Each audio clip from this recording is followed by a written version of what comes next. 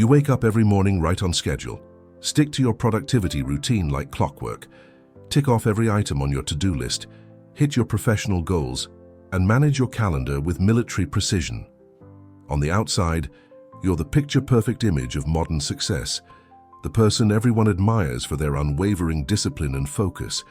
But when night falls and you finally stop, when the silence settles in and there are no more tasks to complete, no immediate objectives to chase, something inside you whispers a nagging question. What's it all for? You feel that emptiness growing in your chest, that sense of running on an infinite treadmill, moving frantically but never truly arriving anywhere that genuinely matters. People around you celebrate your productivity, but no one notices you're exhausted not by the effort, but by the lack of real meaning in what consumes your hours, your days, your entire life. You try to fill this void with more goals, more projects, more achievements, believing that perhaps the next accomplishment will finally bring that sense of fulfillment you're so desperately seeking, but each victory proves as hollow as the last. You look at your objectively successful life and wonder why, despite everything working, you feel so lost, so disconnected from something essential you can't even name. At social gatherings, you smile and talk about your projects, but inside there's an existential loneliness that no one around you seems to experience or even admit. You've tried reading self-help books on productivity, experimented with even more advanced focus and time management techniques, reorganized your priorities dozens of times, but none of it touches that deep wound pulsing silently within you. It's as if you're floating through life, doing all the right things, but never truly inhabiting your own existence in a full and meaningful way. Viktor Frankl, a psychiatrist and Holocaust survivor, discovered something that can finally name and transform this suffering you carry. In the darkest corners of human experience, where all comfort and hope were stripped away, Frankl found a truth that completely contradicts everything the modern culture of productivity and focus teaches us. He realized the problem isn't a lack of discipline or focus. It's not that you need to be even more productive or optimize your time better. The problem is you're chasing the wrong things, and what he discovered about the true source of human fulfillment will completely change how you view your own life and your daily choices. The contemporary obsession with focus and productivity has become a kind of secular religion, an unquestionable belief that the key to a successful life lies in eliminating distractions, maximizing efficiency, and achieving the most results in the least amount of time. We live in an era where courses on focus and productivity proliferate by the thousands, where apps promise to turn you into a high-achieving machine, where influencers hawk morning routines and organization systems as if they were the definitive answer to the existential void plaguing entire generations. This culture teaches us that if you just concentrate hard enough, if you just eliminate all distractions, if you just optimize every minute of your day, you'll finally achieve that sense of fulfillment and satisfaction you're seeking. But millions of people around the world have already discovered the bitter truth of this promise. You can become extraordinarily focused and productive and still feel completely empty inside. You can achieve everything you set out to conquer and still wake up every morning with that insistent question echoing in your mind. Is this it? Is this what I'm living for? Frankl lived in a time and place where these questions of productivity and optimization became grotesquely irrelevant.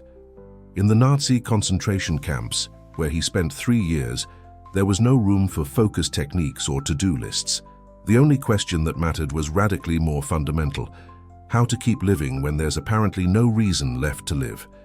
How to find the strength to wake up tomorrow when everything you love has been destroyed, when your body is wasting away from hunger and disease, when you've been reduced to a number tattooed on your arm and every vestige of your humanity seems to have been systematically erased. Many prisoners simply gave up. Frankl observed that those who lost hope, who could no longer find any meaning in the brutal existence they endured, quickly faded and died, not necessarily because of the terrible physical conditions, but from a kind of inner death that preceded the body's demise. They literally lost the will to live. But Frankl also observed something extraordinary. Some prisoners, even in the most unimaginable, dehumanizing circumstances, maintained an inner spark, a resilience that didn't come from naive optimism or denial of reality, but from something much deeper. And what Frankl discovered about these people would completely change our understanding of what truly motivates human beings and what truly constitutes a life of meaning. Viktor Frankl realized that the prisoners who survived psychologically, who maintained their humanity intact, even when everything conspired to destroy it, were those who managed to find meaning even in that absurd and brutal situation. It wasn't a matter of superficial positive thinking or pretending things weren't terrible. It was something far more subtle and powerful, the capacity to see that even when all external freedoms were stripped away, when you could no longer choose what you would eat, where you would sleep, whether you would live or die, there was still a fundamental freedom that no one could take away from you, the freedom to choose your attitude in the face of inevitable suffering. A man Frankl met in the camp had lost his entire family in the gas chambers, his wife, his children, his parents, all dead. He himself was dying of typhus and dysentery, so weak he could barely stand. By any objective metric, his life was over. There was nothing left to hope for, nothing to achieve, no logical reason to go on. And yet this man spent his last energies comforting other prisoners, whispering words of encouragement to those on the brink of total collapse, sharing his microscopic ration of bread with someone even weaker than him. Frankl realized this man had found a kind of freedom and meaning that completely transcended his external circumstances.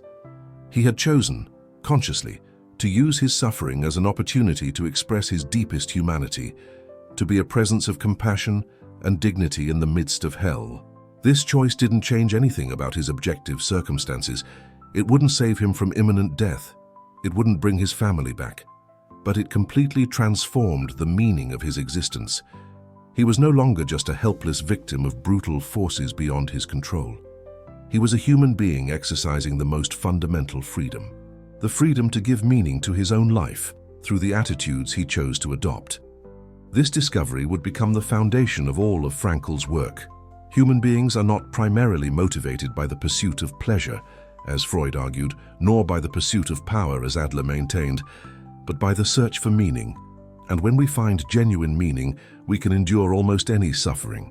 When we lose meaning, no amount of pleasure or power can fill the void that remains. Here's the truth. Our culture of productivity and focus doesn't want you to discover. You can spend your entire life chasing goals, achieving targets, accumulating accomplishments, and still die without ever having truly lived. Because focus without meaning is just a sophisticated form of escape. When you're obsessed with productivity, with checking items off your to-do list, with being more efficient, you're often avoiding the most fundamental and daunting question.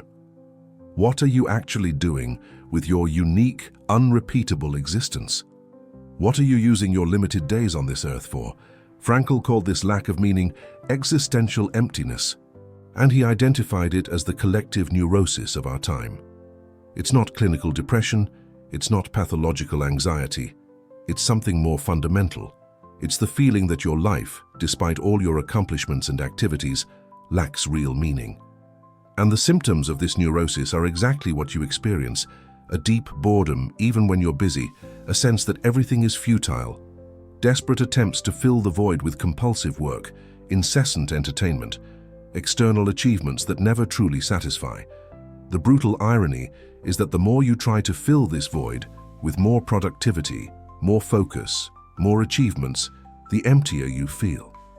Because you're treating an existential problem with mechanical solutions. It's like trying to cure a hunger for meaning with more efficiency. It simply doesn't work.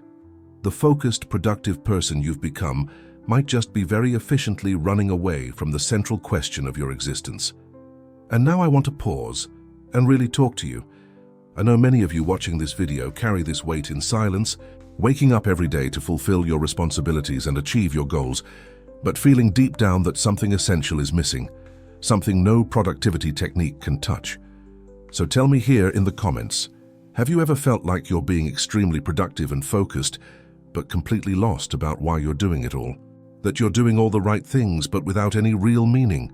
If so, just write, "I feel this existential emptiness." You don't need to explain anything more, and know that by doing so, you're helping other people in the comments feel less alone. Often it's liberating just to see that others are going through the exact same thing, and are on this same journey of seeking real meaning. Your courage to speak about it in the comments creates a safe space for others who feel isolated in this struggle. Let's create a community here of people honest enough to admit that productivity without purpose is just a well-organized prison. So, what's Frankl telling us? That we should ditch our goals and live without any focus or direction? Absolutely not. What he discovered is infinitely more subtle and transformative. Focus and productivity only have real value when they emerge from a deep sense of meaning, not when they try to replace it. When you find something that truly matters to you, something that connects your individual existence to something larger than yourself, focus happens naturally. You don't have to force it. You don't need elaborate techniques. You don't need to whip yourself into shape with brutal discipline. You simply act because it holds genuine significance for you. Frankl identified 3 main pathways through which human beings find genuine meaning. The first is through creative works or deeds, not in the superficial sense of achieving success or recognition, but in the profound sense of contributing something valuable to the world, of leaving the world a little better, or more beautiful, or more true than it was before. It could be creating art that touches people. It could be developing a business that solves real problems. It could be teaching in a way that transforms lives. It could be caring for someone in need. What matters isn't the external grandeur of the deed, but the genuine connection between your action and something you recognize as intrinsically valuable. The second pathway is through experiences, particularly through deep, authentic love for other people. When you truly love someone, when you genuinely connect with the unrepeatable uniqueness of another human being, you transcend your own limited ego and touch something universal and eternal. Frankl wrote about his wife while he was in the concentration camp, not knowing if she was still alive. He realized that the love he felt for her existed independently of her physical presence, that it was a reality in itself that nothing could destroy. This love, even amidst absolute suffering, was a source of meaning that sustained his will to live. And the third pathway, perhaps the most radical and difficult to grasp, is through the attitude we adopt in the face of unavoidable suffering. When we confront situations we cannot change, when suffering becomes inescapable, we still have the freedom to choose how we will respond.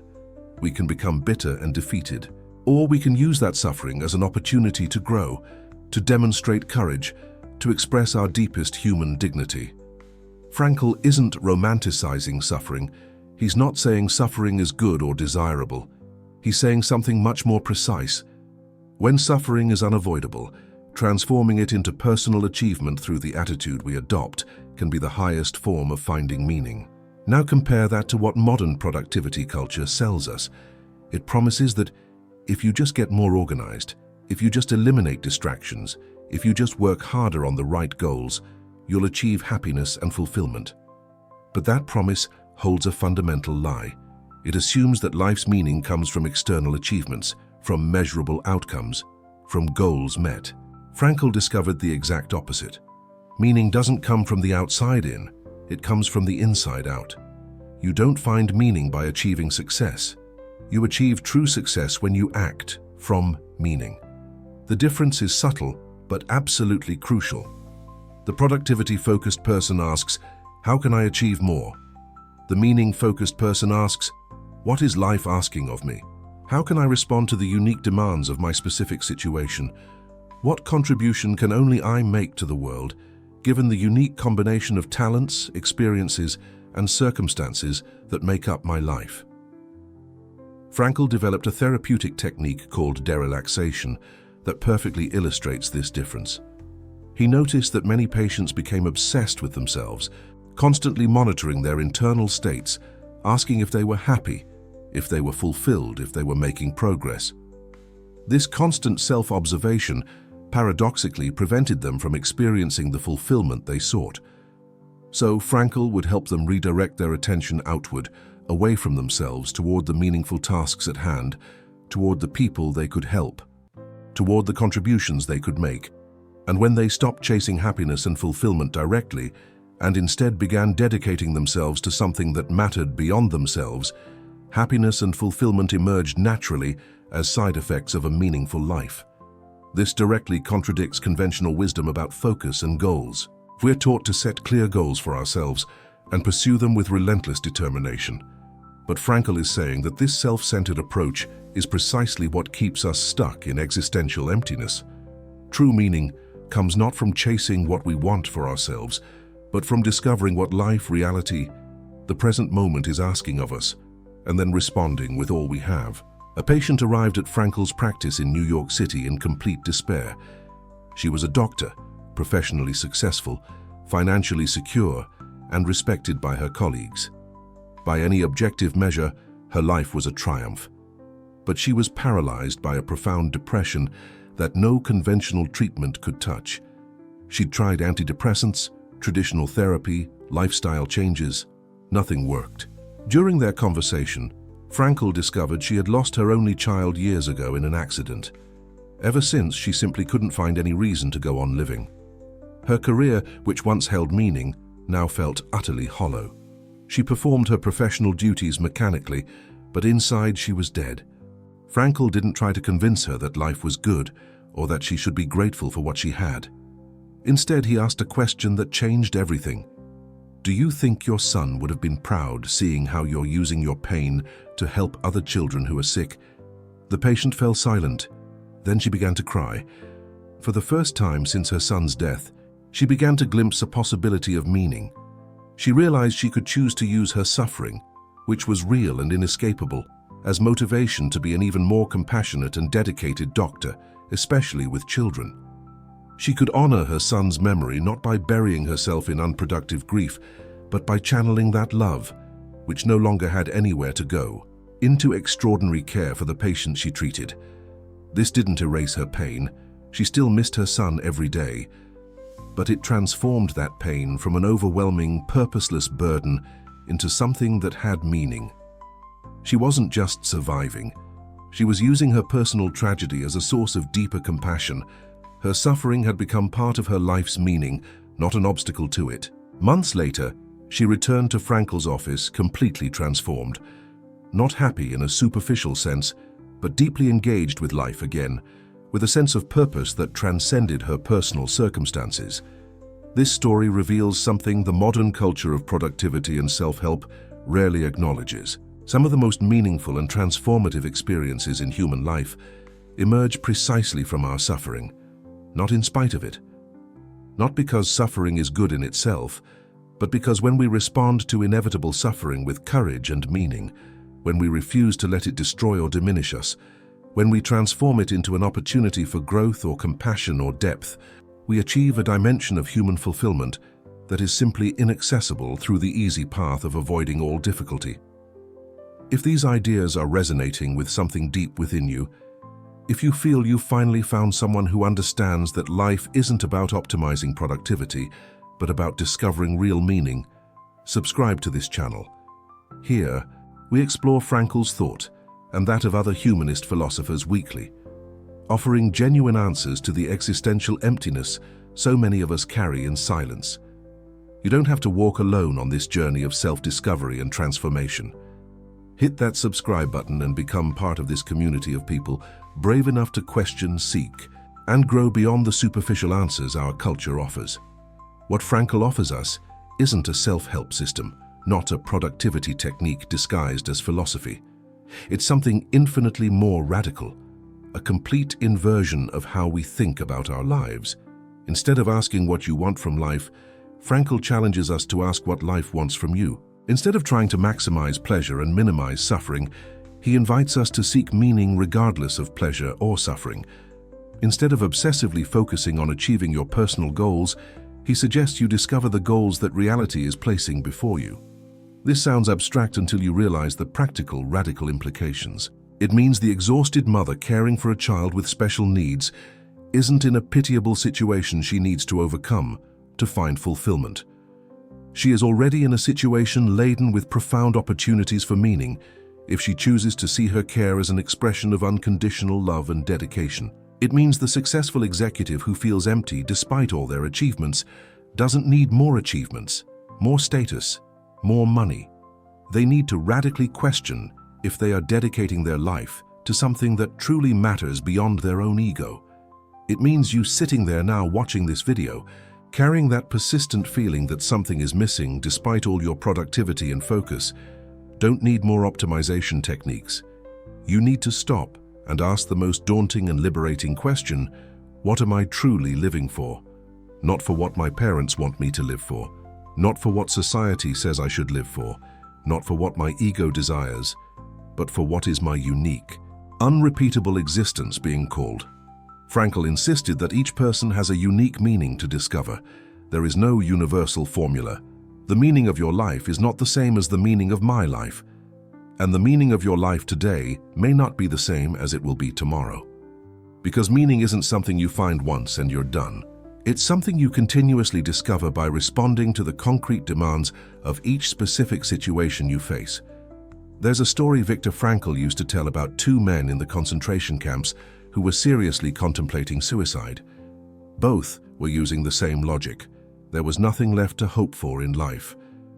Frankl had separate conversations with each of them, not trying to persuade them with generic arguments about the value of life, but helping each one discover something specific only they could do, something that was waiting for them in the future and gave their lives meaning that transcended the present horror. With the first man, Frankl discovered he was a scientist and was in the middle of a series of books only he could complete. Those books, that unique knowledge he possessed, were waiting to be shared with the world. If he died, that work would die with him. With the second man, it was different. He had a daughter who had escaped to another country and was waiting for him there. Only he could be her father. Only he could offer that specific love a father provides. She was waiting, needing him, and he had the responsibility to survive, to be present in her life. Notice that Frankl didn't say the same thing to both men. He didn't have a universal formula for the meaning of life. Instead, he helped each man discover the specific meaning of his particular life at that specific moment.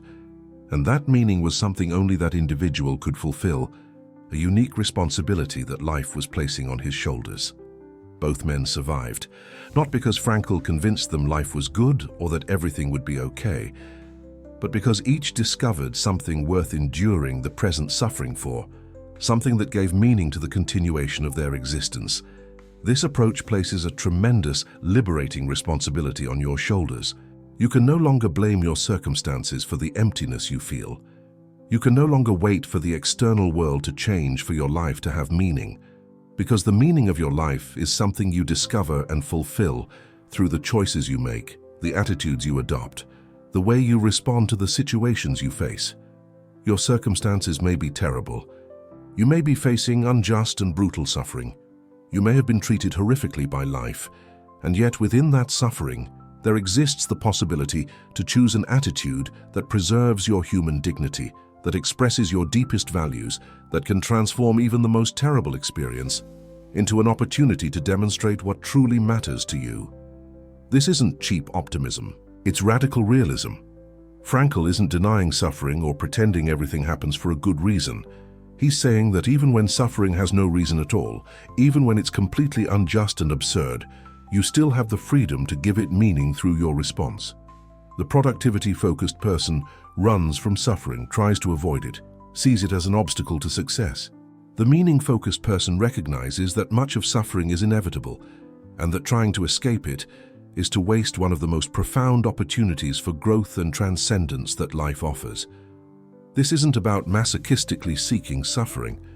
It's about not wasting the suffering we inevitably encounter, by transforming it into something that has value and meaning, instead of letting it destroy us for free. So what does this mean for you, concretely, right now, today? It means you need to stop asking how you can be more productive, and start asking what you are being productive for. It means before you add another goal to your to-do list, you need to question whether that goal expresses something that truly matters to you, or if it's just another well-organized distraction from the emptiness you feel. It means recognizing that persistent restlessness, that sense that something is missing, isn't a problem to be eliminated with more focus or more achievements, but a call from your existence for you to live with greater depth and authenticity. Frankl had a powerful exercise he used with patients. He'd ask them to imagine themselves at the end of their lives, looking back. From the perspective of that older, wiser future you, What would you wish you had done differently? What opportunities for meaning did you squander chasing things that seemed important but were fundamentally hollow? What relationships did you neglect? What contributions did you fail to make because you were too busy being productive on things of no real consequence? This end-of-life perspective has a brutally clarifying power. It immediately reveals what truly matters and what is just noise and distraction. Do you think on your deathbed you'll care about how many emails you answered, or how many goals you hit, or how optimized your morning routine was? Or will you care about the moments of genuine connection you had, the times you used your unique gifts to help someone, the occasions when you chose courage over comfort, love over convenience, meaning over ease? If you're starting to see your own life in a new light, if these ideas are stirring something within you that was dormant under layers of empty productivity, please hit the like button on this video so more people can discover these transformative truths from Frankl. And share in the comments a moment when you found real meaning amidst difficulty or suffering. Your experience might be exactly what someone else needs to read today to not feel alone on this journey. The future doesn't belong to those who are most focused or most productive. It belongs to those who discover what truly matters and dedicate their lives to it with courage and integrity. It belongs to those who understand that a full human life isn't measured by accumulated achievements, but by the depth of meaning we can extract from our unique and limited existence. It belongs to those who have the courage to stop running through compulsive productivity and face the fundamental existential questions. Who am I really? Why am I here? How can I use my life in a way that genuinely matters? Viktor Frankl survived one of the darkest episodes in human history and emerged with a message of radical hope. No matter what life takes from you, no matter how terrible your suffering, you always retain the ultimate freedom to choose your attitude and find meaning. And if he could find meaning in Auschwitz, you can certainly find meaning in your circumstances, however challenging they may be. The question isn't whether your life has meaning. The question is whether you have the courage to discover that meaning and live by it, even when it means going against the current of a culture obsessed with superficial productivity and hollow accomplishments. Your focus will only have real value when it serves a deep sense of purpose. Until then, you're just running very efficiently on a treadmill that leads nowhere that truly matters.